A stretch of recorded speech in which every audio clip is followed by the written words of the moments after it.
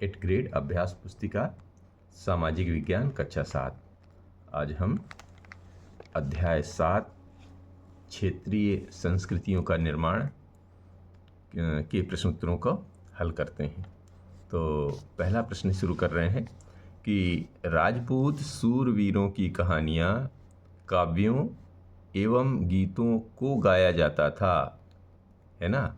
कैसे उनको क्या मतलब किसके रूप में? एक अनंत वर्मन के कहानियों में, या अनंग भीम तृतीय के में, या चारण और भाटों ने, या गोपीचंद ने। तो चारण और भाटों ने जो काव्यों और गीतों को गाया था तो उनको चारण या भाट कहते थे। ठीक है। निम्नलिखित में से कौन सा समूह असमान है? कथकली केरल, ओडिसी ओडिशा, कुचिपुड़ी मणिपुर और भरतनाट्यम तमिलनाडु। तो उसका जो ऑप्शन है सी, कुचिपुड़ी मणिपुर। तीसरा प्रश्न है मणिप्रवालम का शाब्दिक अर्थ है। मणिप्रवालम का शाब्दिक अर्थ सोना और चांदी, या हीरा और मूंगा, या हीरा और पन्ना, या मूंगा और पन्ना। तो मणिप्रवालम का शाब्दिक अर्थ है मूंगा और पन्ना, जो कि डी में लिखा हुआ है। इसको लिख के टिक लगा लेना। तो प्रश्न 4 है राजपूत शासक पृथ्वीराज ने किस प्रकार के सूरवीरों को अपने हृदय में संजोए रखा?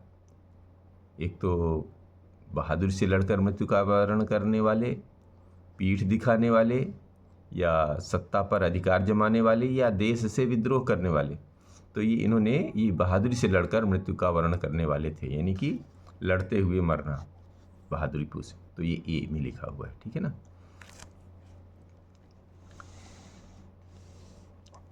रस मंजरी रचना है किसकी है? वाजिद अली शाह की, या कबीर की, या भानुदत्त की, या चैतन्य देव की। तो रस मंजरी जो है भानुदत्त की रचना है। तो भानुदत्त जो है ये सी में लिखा हुआ है। ठीक है, इसको टिक लगा लेना। अब छठवां प्रश्न है कि रिक्त स्थान की पूर्ति कीजिए। तो आंध्र प्रदेश का शास्त्रीय नृत्य खालिस्तान है। आंध्र प्रदेश का शास्त्रीय नृत्य कौन सा है? कुचिपुड़ी। ठीक है। बी है मुगलों और उनके अभिजातों के शासनकाल में कथक नृत्य खालिस्तान में प्रस्तुत किया जाता था। तो मुगलों और अभिजातों के शासनकाल में कथक कहाँ? उनके दरबारों में प्रस्तुत किया जाता था। ठीक है। अब आते हैं इसी का प्रश्न सी, कि जल रंगों से कपड़े या कागज पर चित्रित प्राचीनतम चित्रों को लघु चित्र कहते हैं, या मिनिएचर पेंटिंग। ठीक है ना। तो यहाँ पर लघु चित्र या मिनिएचर पेंटिंग भर लेना है। तो जंगलों को साफ करके स्थानांतरीय खेती करने वाले लोग कौन थे? जनजातीय लोग होते, जिनको ट्राइबल पीपल भी कहते हैं। ठीक है ना। और ई है इसी का कि रासलीला में लोक नृत्य के साथ खालिस्तान के मूल हाव भाव भी जुड़े होते थे। किसके? शास्त्रीय नृत्य के, यानी कि क्लासिकल डांस के। ठीक है। तो ये लिख लेना है आपको। अब सातवां प्रश्न है कि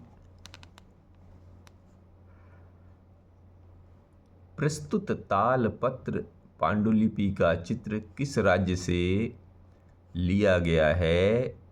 इसमें किन देवी देवताओं की मूर्तियों को प्रदर्शित किया गया है? तो इसका जवाब बनाना है कि प्रस्तुत तालपत्र पांडुलिपि का चित्र ओडिशा राज्य से, यानी कि पहले उड़ीसा बोलते थे ना, आजकल ओडिशा बोलने लगे, तो ओडिशा राज्य से लिया गया है। और इसमें भगवान जगन्नाथ और बलभद्र की मूर्तियों को प्रदर्शित किया गया है।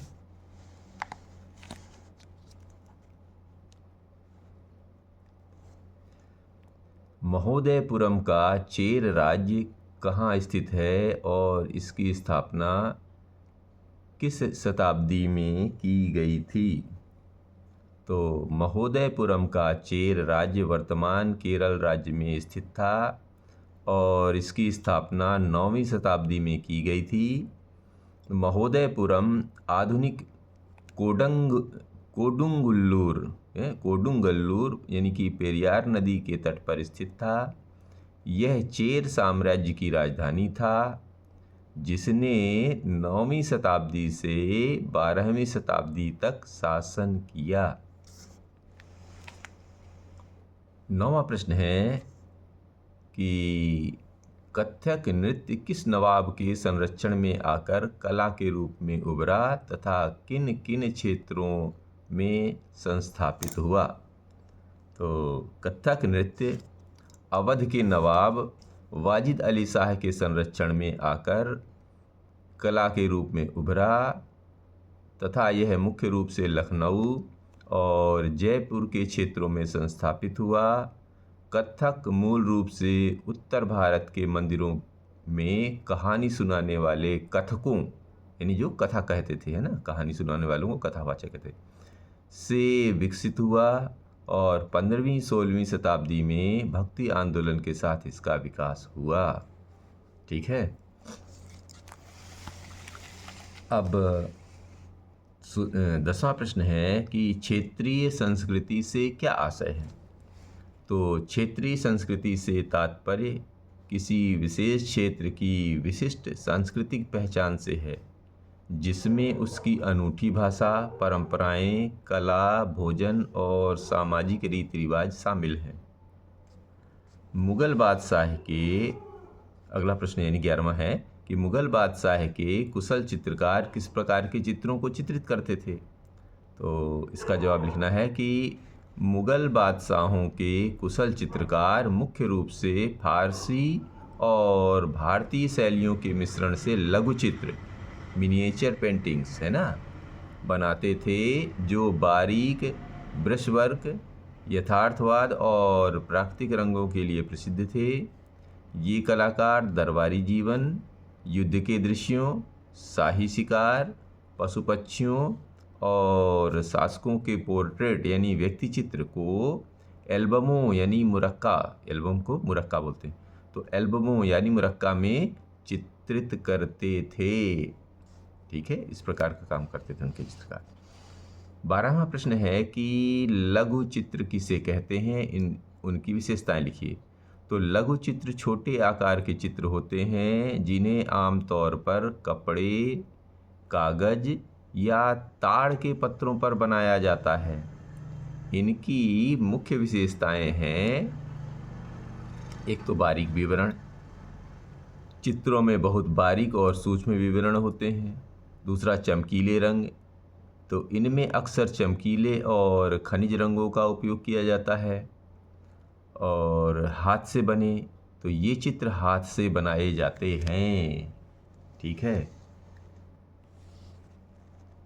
13वां प्रश्न है कि नाथ साहित्य में किसे शामिल किया गया है। तो इसका उत्तर है नाथ साहित्य में नाथ संप्रदाय के संतों और योगियों की रचनाओं को शामिल किया गया है, जो मुख्य रूप से भक्ति, वैराग्य और योग साधना पर केंद्रित हैं। 14वां प्रश्न है कि राजपूत कालीन कहानियों का चित्रण किस प्रकार का होता था। तो राजपूत कालीन चित्रकला यानी 16वीं से 19वीं शताब्दी मुख्य रूप से दरबारी शानो शौकत, प्रेम प्रसंग और भक्ति के इर्द गिर्द केंद्रित था। इसमें राधा कृष्ण की लीलाओं, रामायण महाभारत की कहानियों, ऋतुओं को 12 मासा भी कहते हैं ना, ऋतुओं यानी 12 मासा और रागमाला यानी कि संगीत का सजीव चित्रण प्रमुख था। यह शैली अपनी बोल्ड रेखाओं, चटकीले रंगों और वीरता व रोमांस के अनूठे मिश्रण के लिए जानी जाती है। ठीक है। अब आते हैं इसी का 15वां प्रश्न। 15वां प्रश्न है कि बंगाल के प्रारंभिक साहित्य की 2 श्रेणियां कौन सी हैं, उनका वर्णन कीजिए। तो बंगाल के प्रारंभिक साहित्य यानी कि बंगाल का प्रारंभिक साहित्य कब शुरू होता है, लगभग 8वीं से 15वीं शताब्दी को मुख्य रूप से दो श्रेणियों में विभाजित किया जा सकता है। एक तो है धार्मिक साहित्य। धार्मिक साहित्य एक ऐसा था, भक्ति प्रधान था, तो इस श्रेणी में देवताओं की स्तुति, भक्ति और धार्मिक कथाओं को प्रधानता दी गई है। दूसरा क्या है, लोक साहित्य या लौकिक साहित्य भी इसको बोलते हैं, ठीक है। तो यह साहित्य धर्म से स्वतंत्र और आम जनता के जीवन से जुड़ा था, जो मौखिक परंपरा के रूप में अधिक प्रचलित था। इसके अलावा सबसे प्रारंभिक ज्ञात साहित्य चर्यापद माने बौद्ध सिद्धों के रहस्यवादी गीत, यानी बौद्ध सिद्ध थे जो, उनके रहस्यवादी गीतों को चर्यापद भी बोलते हैं, ठीक है ना, को भी इन श्रेणियों में की नींव माना जाता है। मतलब इनसे ही वो प्रेरित थे। क्या चीज़? उनके ये दो धार्मिक साहित्य और लौकिक साहित्य, ठीक है। अब इसी का प्रश्न क्रमांक 16वां है कि 15वीं सदी के बाद बंगाल में निर्मित मंदिरों की विशेषताएं लिखिए।